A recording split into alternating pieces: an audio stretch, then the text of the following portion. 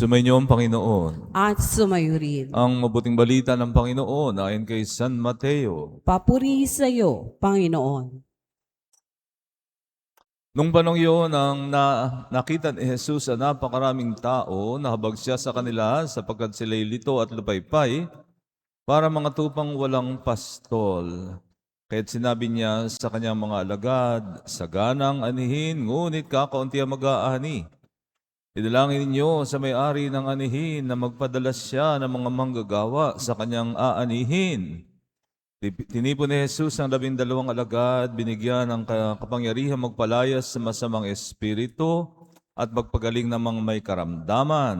Ito ang pangalan ng 12 apostol. Si Simon na tinatawag na Pedro at si Andres na kanyang kapatid, sina Santiago at Juan ang mga anak ni Zebedeo, sina Felipe at Bartolome, si Tomas at si Mateo na publikano, si Santiago na anak ni Alfeo at si Tadeo, si Simong Makabayan at si Judas Iscariote na nagkanulo kay Jesus. Ang 12 ito ay isinugo ni Jesus sa kanya at kanyang pinagbilinan. Huwag kayong pupunta sa lugar ng mga hintil o sa alinmang bayan ng mga Samaritano. Sa halip ay hanapin ninyo ang mga nawawalan tupa ng sambahayan ng Israel. Humayo kayo at ipangaral ninyo na malapit na maghari ang Diyos. Pagalingin ninyo ang mga may sakit at buhayin ang mga patay. Pagalingin ninyo ang mga kitungin at palayasin ang mga demonyo. Yamang tumanggap kayo ng walang bayad, magbigay naman kayo ng walang bayad. Ang mabuting balita na ating kaligtasan. Pinupuri ka namin, Panginoong Heso Kristo. Madalas akong natatanong, Father, bakit ka nagpari? Mga ganyan tanong eh. Totoo bang ang pagpapari ay pagtawag? Paano mo naramdaman ang tawag ng Diyos? Yan ang mga madalas na tanong na aking naririnig, no? Alam niyo po mga kapatid, kung marinig niyo ang kwento ng bawat pari, iba't iba kami ng kwento, no? Iba't iba ng karanasan. Ang Diyos ay marunong magparamdam, no? Maaring ang Diyos ay pumasok sa kasaysayan ng isang tao, sa karanasan. Maaring ito ay isang atraksyon, halimbawa sa gawain ng pari. So ganon, mga ganon, nagpaparamdam ang Diyos o pumapasok sa karanasan ng tao. Sa akin, ang aking naramdaman ko ang pagtawag ng Diyos sa pamagitan ng panaginip. No? Ako po ay isang taong di ako naniniwala na sa panaginip, pero sa panaginip, ang panaginip ang ginamit ng Panginoon para siya'y magparamdam. Nagkaroon ako nung ako ay 25 years old na. No, ako ay nagkaroon ng sunod-sunod na panaginip. Alam naman natin na mga panaginip ay flashes lang yan, no? Maikli, no? Maikli. Pero pag pinagsama-sama mo, parang isang kwentong magkakarugtong, no? Una ay sa aking panaginip ay meron akong nakitang isang mahiwagang lalaki na tingin ko ay nakadamit pastol, no?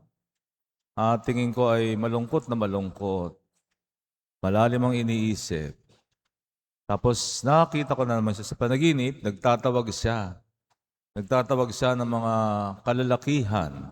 No? So next, napanaginipan ko na naman siya. Nakaupo na siya sa isang batong malaki, isang puting bato. Nakaupo itong lalaking ito at meron ng tumugon sa kanyang tawag. No? Andun sila. Nakaupo sa damuhan sa harap ng lalaki na nagsasalita. Ako naman, out of curiosity, ako'y nakinig pero hindi ako lumapit. Malakas ang boses niya kaya malayo pa lang naririnig ko na. At ako'y nakinig. Ang sabi nitong lalaking ito, nakakalungkot na ang ating mundo ngayon. Ang mga tao ay parang mga tupang ligaw na kailangan ng pastol. Tapos, napanaginipan ko na naman itong lalaking ito. At sa panaginip ko, nakita ko siya, no? Ako'y naglalakad, tapos naglalakad din siya, magkakasalubong kami. Kaya iniwasan ko siya, ako'y lumiko pa kanan. At ito naman lalaking ito, sumunod din sa akin. Kaya hindi ko na siya naiwasan, nagkasalubong na kami.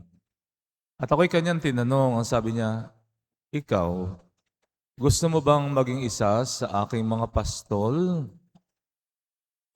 Hindi ako nakasagot, no? Hindi ko inaasahan yung tanong na iyon. At naisip ko sarili ko, paano ako magiging pastol?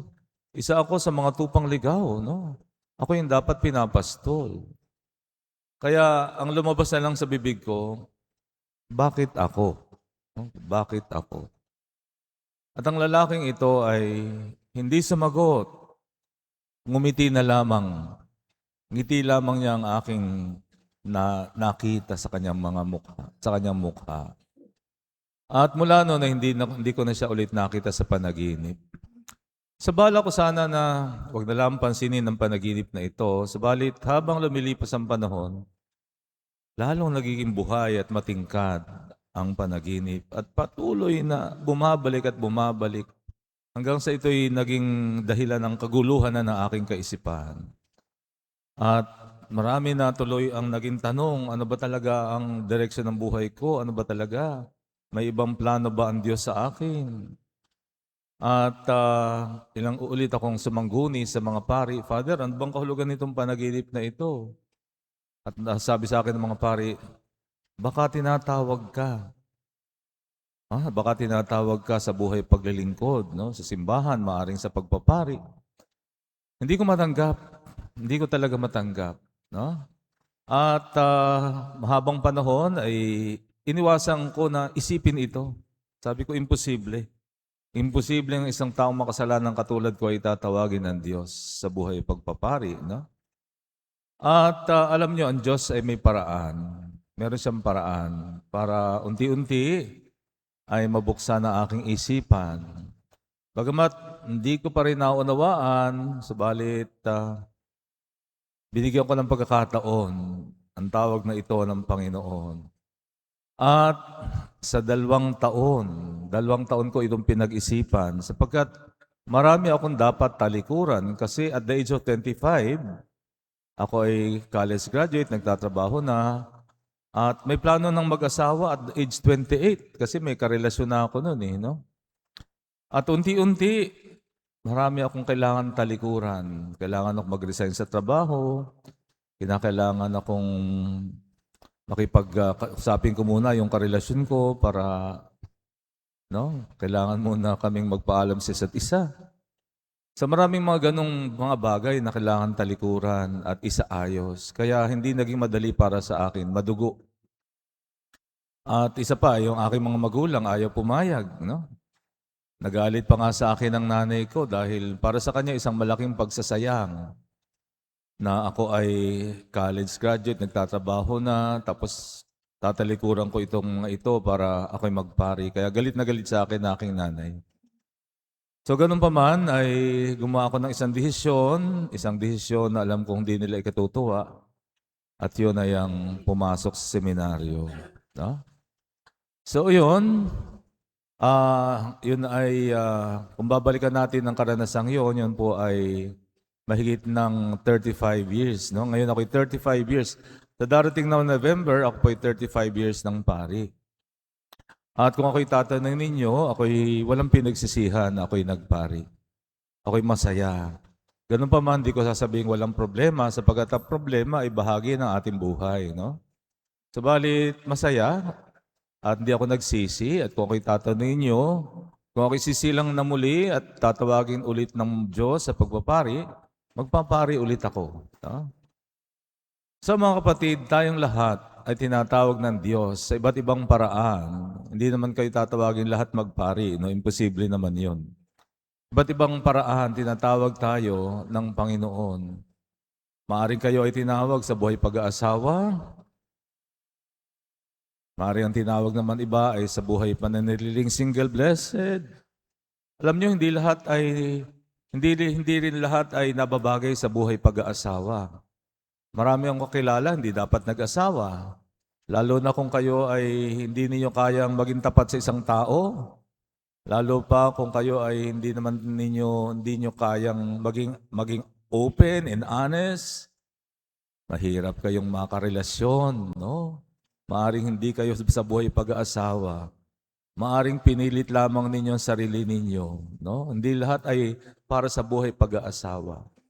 Maaring yung iba ay para sa buhay pagiging single. Ha? Subalit anuman ang ating piniling bukasyon, ang tawag dito ay bukasyon, ang pagtawag.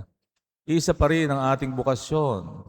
Ito ay tawag upang umibig. We are all called to love, no? Lahat tayo ay tinawag upang magmahal. Magmahal. Ang pagmamahal na ito ay hindi ibig sabihin ay romantic love, no? Ang pagmamahal na ito ay pagmamahal sa kapwa. No, pagmamahal, paglilingkod, pagmamalasakit, isang pag-ibig na walang kondisyon, no? Isang pag-ibig na kahit di mo naman kamag-anak, di mo naman kaano-ano, ay pagmamahal. Yan ang tawag sa ating lahat, to love. No, upang magmahal. Kaya nga mga kapatid, no, siriin natin ating sarili. Bilang mga Kristiyano, tayo hindi nabubuhay para sa sarili lamang. Tayo ay nabubuhay para sa iba, para sa kapwa. Kaya suriin natin ating sarili, no? Paano ba tayo nabubuhay sa ngayon?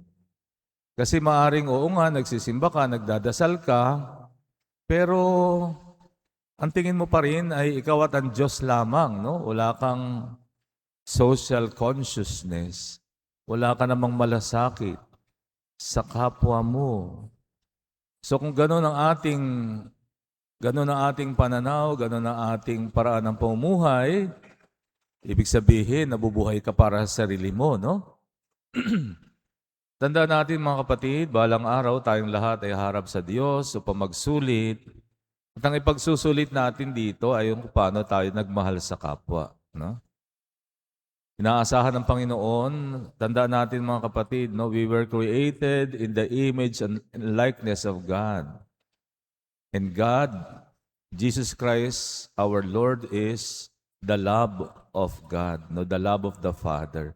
Siya ang pag-ibig ng Diyos. Ang Diyos ay pag-ibig. Kaya kung tayo nilikha sa larawan at kawangis ng Diyos, tayo ay nilikha sa pag-ibig. No? Kaya suriin natin ating sarili, ang ating buhay. Paano ba tayo umiibig? Paano ba tayo mamahal sa ating kapwa? Tumayo tayo at pahig natin ating pananampalataya. Sumasampalataya ako Sa Diyos